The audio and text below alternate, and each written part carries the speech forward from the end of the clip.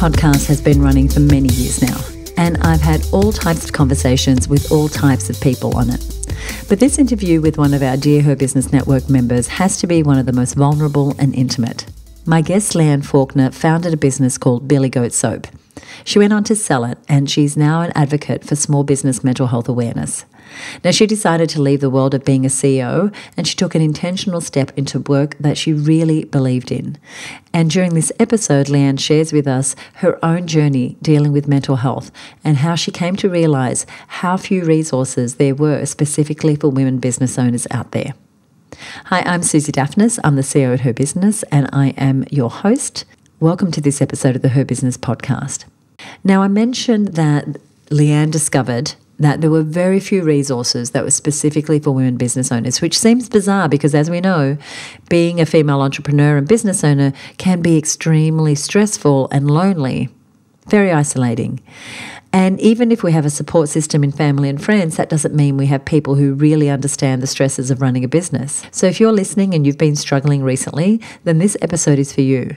And please go ahead and look into Leanne's current work, which I have linked to in the show notes, and I'll give you those details later, because she has some really incredible resources available for women small business owners who are struggling with managing their mental health. Now, Leanne has both corporate and small business experience. She was the founder of Billy Goat Soap, a business that she sold. She then went into working quite deeply into small business mental health and being an advocate for that. And she now has a new business, which you'll hear her talk about. She's been a university lecturer in small business growth for a number of years. She's completed her PhD focused on understanding the mental health challenges of sole traders and micro businesses. And she helps business owners to work well. She's got a brand new business called Rereadable. She'll tell us about that. And she really understands the connection between skills, competence, and how that affects our confidence and how that impacts how stressed we feel at work. So she wanted to start something that helped others reduce their stress levels. So let's dive into this episode and hear what she has to say. Hey, Leanne, welcome to the show. Hi, Susie. Thank you for having me. We were just chatting just before getting started that it's been at least 10 years since we last spoke. And when we last spoke, you had a business called Billy Goat Soap, which made this incredible soap that was really good with people with skin conditions. But that's way, way back in the past now, right? Yeah, that's exactly right. In fact, I started Billy Goat in 2004. So it's 20 years old this year and still going, by the way, but I sold it in 2012. So 2012. Yeah, and it's been quite the journey since that sale as well, I have to say. Well, that's exactly why we're here today. You had a lot of growth. I remember the brand being everywhere, in the peak of that business's time. Can you share how the business's growth impacted your mental health, which is what we're here to talk about today, and what challenges you had and what changes you made? Yeah, that's a great question. Well, you're right. We had rapid growth, in fact, most years. So year on year, probably about 40% growth, which in hindsight is too fast, too quickly. It's often better to just plateau a little bit, catch your breath, catch up, and then go for growth again. But anyway, that growth year on year was too rapid. And what happened was we started to feel back in the day, we started to feel the effects of the GFC after it had hit. And you might remember that after the GFC, retailing slowed down particularly. We had rapid growth up until that point, and we had quite a lot of business in the major department stores and major pharmacies. But the nature of retailing had changed at that time, and so those stores weren't actually getting the foot traffic in that they would normally be getting. And even though I think it was Prime Minister Rudd gave everybody, I don't know, $1,000 or something at the time, nobody woke up and went, I'm going to go and buy soap. It just didn't happen. They were buying TVs and everything else. Right. And so none of that actually helped us at the time, and there was no other safety nets. And I felt that I had tried every single lever in my business book to be able to remain profitable, sustain the business, somehow keep our growth targets going. But in fact, I was unable to do that. And I increasingly felt that I was a failure. And that all these people around me, because we didn't really normalize what was going on in business, we didn't have those discussions. We really only looked at, those entrepreneurs that are probably more the exception than the rule, to be honest. And I felt if I was comparing myself to them, that I must be a failure and that everyone around me must know what they're doing. And I clearly don't know what I was doing. And that negative inner talk eventually led to a diagnosis of situational depression. And despite I've not heard that term. Would you just explain that for me? It's depression that is triggered by the circumstance that you happen to be experiencing at that point in time. So it's not a chronic condition that you have in all instances. It depends on the situation that you find yourself in that can actually trigger a depressive state. So that was how I was diagnosed eventually. Well, I spent a lot of time where I actually couldn't go to work in the end because even though I was feeling very depressed and anxious and stressed about the business, initially I would go to work and I would drive to work in tears because I was worried and anxious and felt bad about what was going on in the business. I'd reapply my makeup in the car.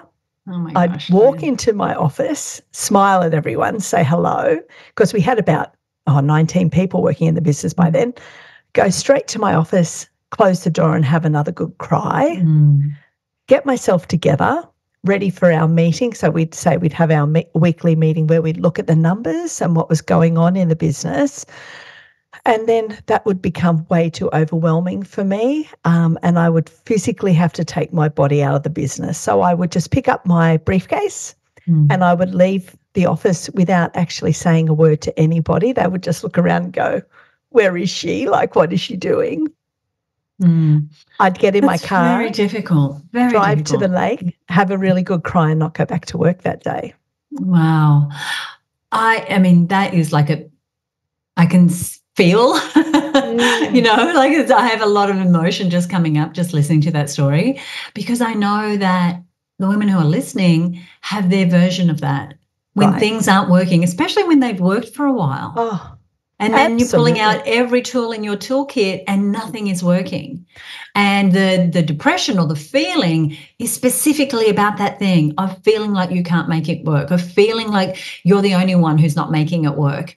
And I totally relate to that. And having worked with women now, you and I have known each other many years, it's coming up to 30 years next year. Yes. I see this time and time again. And I know that what you noticed was that there wasn't actually a whole lot of support. I mean, the fact that you got that diagnosis that many years ago is actually even quite amazing. But the fact that I know that you said that you didn't find that there was actually a lot of support for that sort of condition out there. So how did that influence you and how did it help you make some decisions about the advocacy work you've gone on to do? Well, yeah, you're absolutely right. So one of the symptoms of depression is often insomnia, and that was definitely me. So I couldn't sleep. So I would sit at my computer late at night, Googling small business owner feeling anxious, entrepreneur with depression, small business owner not coping, just to see if there was anything out there for me, because there was a lot out there for the general public, which is fantastic. There's a lot out there for men, which is brilliant, but there wasn't anything really for business owners. And as we know, and I'm sure many of the listeners know, when you own the business, it feels like there's so many stakeholders that are dependent on you to keep those doors open and to keep the business running. And so I was feeling almost like the weight of the world, where I couldn't just go off and say, take a few weeks off work and get over it. One, I couldn't afford to do that. I've got to run the business and keep the business open somehow or find a way around that. And secondly, what happens to all those stakeholders like customers, staff, suppliers, the bank? What happens to all of these other stakeholders that would wonder where I was? And so that really started me on this journey to say, we need to do more for the owners of small business and not just the employees, because if the owner's not well, as Peter Strong from Cosbo used to say all the time, if the owners are not well, the business can't be well because we're so small. So that kind of really, I look back now and I do joke about it now because I guess, a lot of time has passed. Right. The benefit has been because I ended up having a breakdown. So because I had a breakdown and was unable to work, it actually put me on this path working as a small business mental health advocate because I realised there wasn't enough out there for us, and that got me going. I love that. And you said you have a PhD in this. I love that there's someone committed to our well-being in the way that you are. What are some of the early warning signs of mental health issues that small business owners should be aware of? Like you said, insomnia, and that could be a lot of us. Was there anything else? Obviously, the tears. Anything else that we should be kind of watching out for? Yes, I think we need to be very mindful of when the habit of us and whoever we are as a person changes for a long period of time. Now, we all have bad days and we all have sad days, and that's okay. That's healthy. That's part of the mental health continuum. But it's when we have a sad day or a bad day for a week, 2 weeks, a month, or a quarter. And the platitudes of pull yourself together, you can do it, and what doesn't kill you makes you stronger, all of those things, just simply water off a duck's back. That doesn't work, right? So when we start to see changes in behaviour, that's a very noticeable one. So perhaps becoming more irritable more regularly. Avoidance is a very classic sign of stress at work. So say, for example, you're overdue on a BAS, and suddenly you're not going to answer your phone. If anybody's calling you, you're going to let it go to voicemail because you just can't deal with it. Not appearance and dress, not the same as it normally is. Not going to anything outside of work. So you might have a hobby that suddenly you feel like you don't have time for, or you don't go to the gym anymore because I've just got to work. For me, it was noticing all the times when my body went to events. So I went to many kids' sporting events. I went to my children's, primary school graduation ceremonies. I went to family dinners for everyone for birthdays, and my body was there, but my brain was at work. Yeah. And I get it. Having that reflection time and realising that a whole event has gone by and you don't even know what people have been saying at the table, that's definitely a red flag that it's time to take some steps. Yeah, wow. So being that unpresent in your life, like you said, you're going through the motions, but you're not there. Exactly. What advice would you give small business owners to help them maintain their mental health? And then I do want to ask you, where do we go for help? Can we take care of this ourselves? Do we need to seek professional help? So drawing from your experience, let me go back to my original question, which is, what advice would you give to current small business owners to help them maintain their mental health? I think let me give you an analogy. I hate going to the dentist, so I brush my teeth twice a day. I really like being able to think at an optimum level and to be engaged. And when my family comes and talks to me, I like to be present to them and actually hear what they're saying. The way that I can do that is to make an investment in myself, just like I brush my teeth twice a day. So I walk every morning. My husband and I, we walk every morning. I have a therapist that I go and see when I'm starting to realise. I spend a lot of time in reflection so that I've got some self-awareness about the thoughts I'm thinking. Is that journaling, or what is that for you? Actually, no, for me it's meditative time. So it's quiet time on my own. So I even have a Google reminder in my Google Home that says, hey, it's 12 o'clock, time for meditation, which might actually just be quiet thinking time. So I'm very aware of self-awareness of what I'm thinking at that particular time. The other thing that I have that I would recommend everybody deserves to have is a goose. So, You remember Top Gun, right? Right. My brain was doing spinning going, what do you mean? I do remember Top Gun. Okay. So anyone who's seen me speak knows I'm a Tomophile, right? I'm a Tom Cruise girl, right? Okay. But if you think about Top Gun, Maverick had Goose. Yeah. And Goose is that person that stands by you, listens to you, gives you space, an unconditional positive regard without actually telling you what to do or what has to change. And everybody deserves a Goose, which is that person that you can trust without any reservation and tell them how you're feeling. And perhaps you might have to practice some hard conversations with them that you know are going to come up in your business. But the moment you're able to talk through what's on your mind, it is that old adage, a problem shared is a problem halved. The moment you're able to talk that through, where that person just listens to you. My Goose, who happens to be my bestie, she's fantastic. So she will say to me, "You're a really smart woman, Leanne. I know you're going to work it out. I can hear the stress in your voice. I'm really sorry that you're feeling stressed, but I know you're going to be okay." She doesn't tell me what to do. I love that. She just tells me. I love that. And she's not trying to fix it. She's not trying to fix it. She's just being there for you. She's there. She's with you in the cave.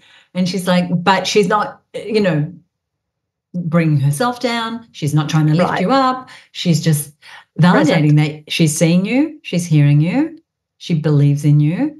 And that is so important. And I love that terminology, that having a Goose. Yeah, everyone needs a Goose.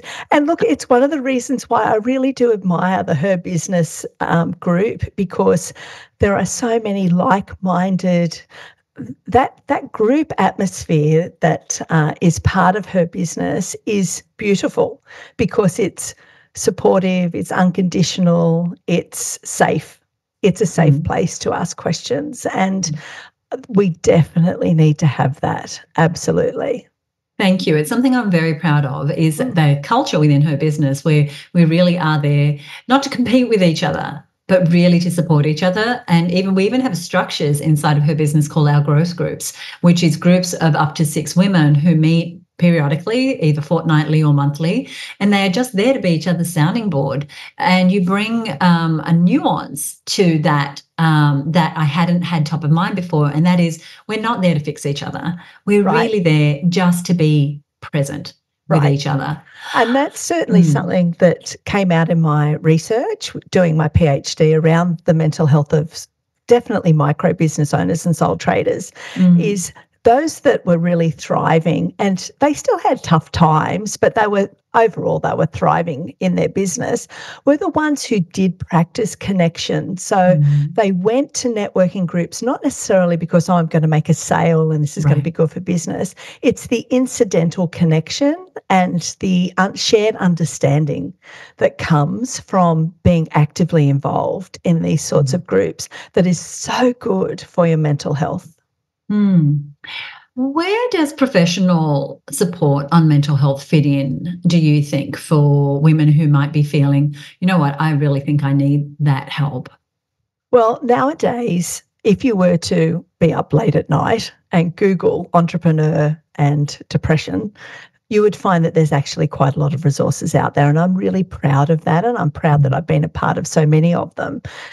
I would definitely suggest a couple of very good resources. There's one called New Access for small business owners, and that is actually, it's organised by Beyond Blue. It's got federal government funding because it's such a good program. Right. Okay. But it's actually facilitated by business coaches who've also done some training in the area of mental health, courtesy of Beyond Blue. And that's called New Access, NEW Access. Yes. Great. We'll put a link to that in our show notes. Terrific for small business owners. There's also a great resource site called Ahead for Business. I love that. That's clever. Yes, which is aimed specifically for small business owners, and it's full of a number of resources around. It's a bit like a portal, so it brings everything into one spot with where you can go to actually reach out. And the other that I really like at the moment is called the Small Business Debt Helpline. This is a fantastic resource because these are actually financial counsellors trained in the area of small business. So if you need somebody to help support you, perhaps you need someone to help advocate for you because you've got a debt that needs to be managed and it's keeping you awake at night, please get onto them because that is a fantastic resource that once again has been federally funded by the government because they're doing such a fantastic job in the small business community. So thank you so much. Resources. We will put links to those in our show notes. Is any part of your work published of your findings? Yes, you can find a summary of some of my tentative findings and I'll have to send you the link, Susie, but it's actually at CIRA, which is the State Insurance Regulatory Authority. So there's some findings, industry reports that are published there. Great. We'll put a link. Great, excellent. And I will be doing a bit of a slide deck that will try and summarise the key points of the PhD, which was very, very interesting, in fact, a very different way to think about caring for yourself at work. I love that. Now, you've already said, you walk with your husband. I know for me, exercise is definitely very good for my mental health, especially solo runs. If I can get out there on my own, that's even better than a walk with my partner, which I also love, but just me out there on my own is really great. Do you have any other techniques that you think would help build resilience, especially when people are feeling challenged? Yes, I do. And this is the kicker, I think. Step one is you have to be honest with yourself.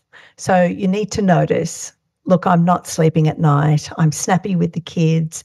I'm not going out with the girls on the weekend. So the very first step you have to do is be honest with what's going on for you. The second thing, and this is a key learning from my PhD, and I'll just touch on it for now, is taking a moment to think about what is it that is making me feel anxious. And quite often, and this is the key of my findings, quite often it's got to do with I don't feel that I have ultimate control over what I'm doing. So really think of it like Thor with Thor's hammer. What is it that makes you feel powerful at work? And I'm not talking Dr. Evil powerful. I'm talking Yoda powerful, use the force. I love your references, Leanne. This is great. So the question is, what do I need to be doing in my business that helps to give me a bit more control over what I do? Because if I understand that, that's actually going to make me feel more powerful at work. Power gives me choice, and choice actually helps me to feel less stressed at work. So, for example, if I don't have a good sales funnel, for example, if I don't understand sales or how to build a sales funnel or have a forecast, I may find myself constantly running on the hamster wheel, saying yes to everything. And I often use this little analogy around Joe. So say, for example, Joe wants me to do work. If I don't have a sales forecast and see what's coming up, I probably might feel I have to say yes to Joe, even if I don't like Joe, because I've got to pay my bills, got to pay the mortgage. Whereas if I have a sales forecast and I feel confident that I've got sales coming from other areas over a 3-month period, say, even 1 month will do, 3-month period, then it's going to give me more confidence to be able to say to Joe, at the moment, Joe, unfortunately, I can't help you, but I can recommend you to somebody else, for example. And suddenly I've taken back control. And having that control and power is actually very, very good for my mental health. So I would definitely recommend anybody listening who's feeling a little bit, not quite right, take a moment, be honest with yourself, write it down over a cup of tea one morning, eat the list after if you want to, but write it down and say, what are the things that need to happen in my business that when they do, I feel really good and I feel powerful. Because sometimes if we're feeling stressed and anxious, it's because some of those things that we would normally have that make us feel great are just not there.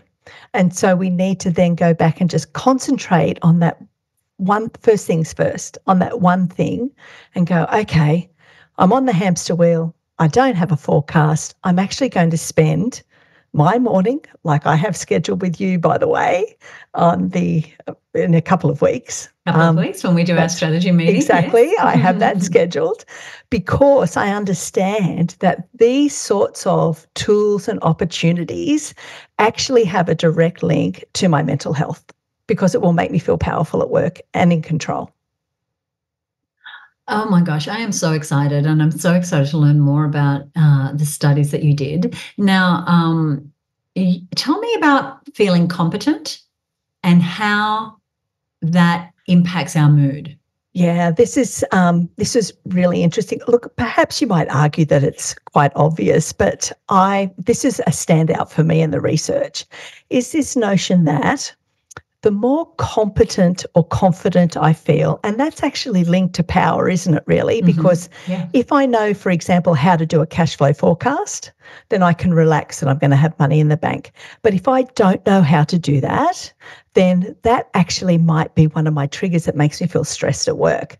So I understand that if I feel competent and able to do the key things a small business owner would need to do, and confident that I can do it, then that's actually a direct link to my mental health, because the more confidence I have, the more powerful I feel at work. And that actually contributes to me feeling less anxious and stressed at work.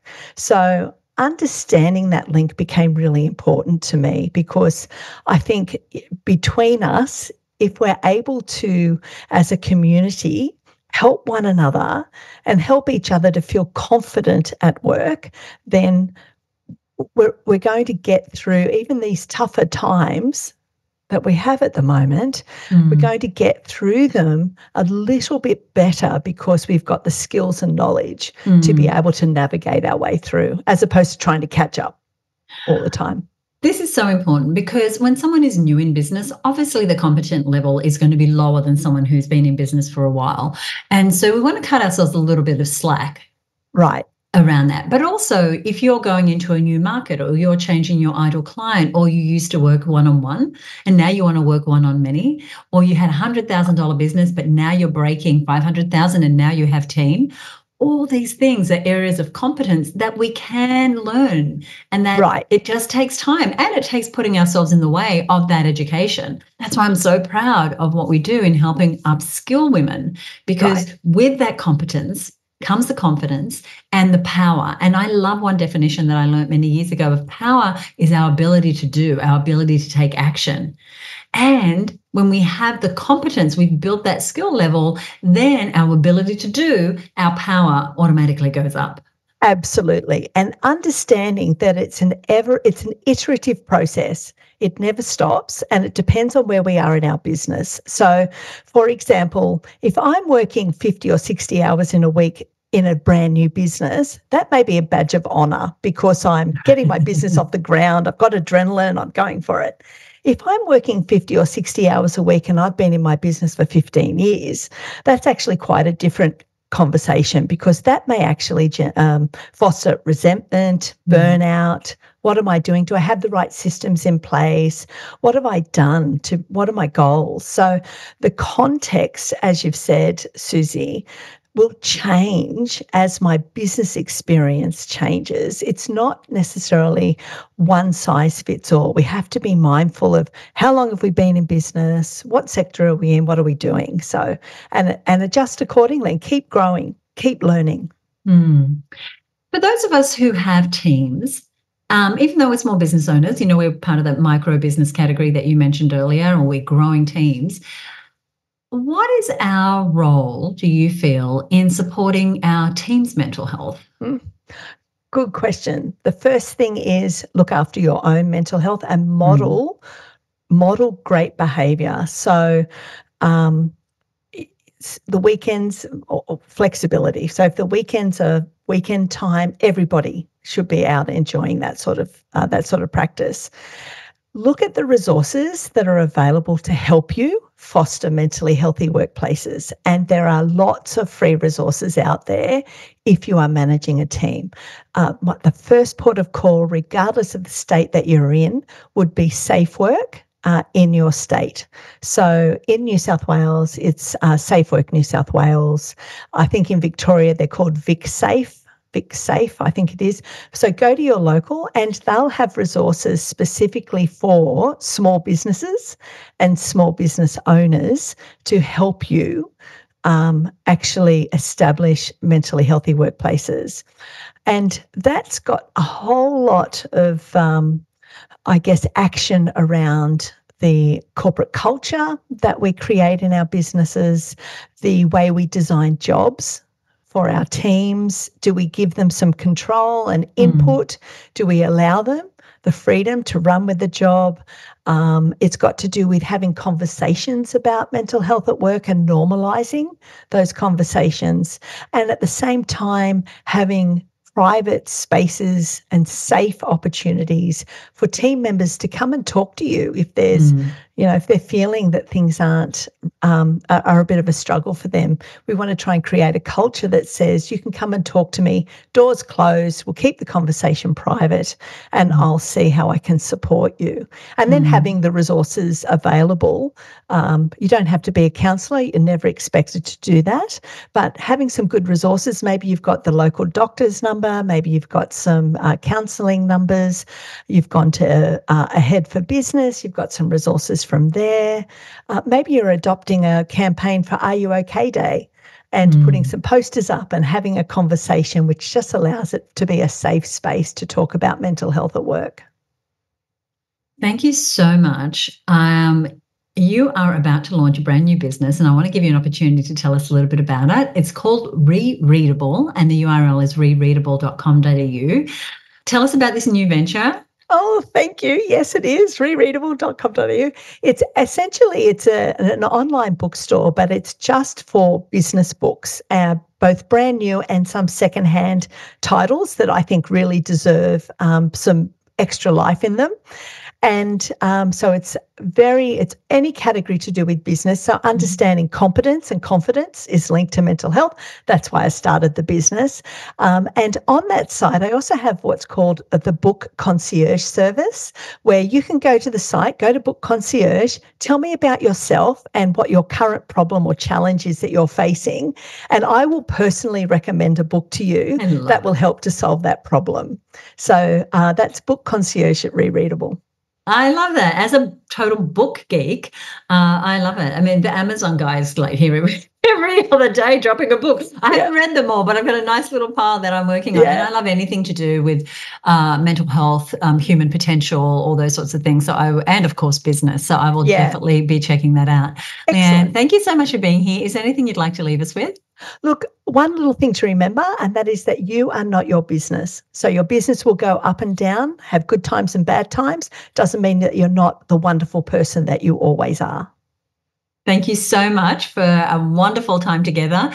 Congratulations on the new business, and thank you for the work that you do on behalf of our community. It's such a pleasure to have someone who's advocating on our behalf. Thank you so much. Thanks, Susie.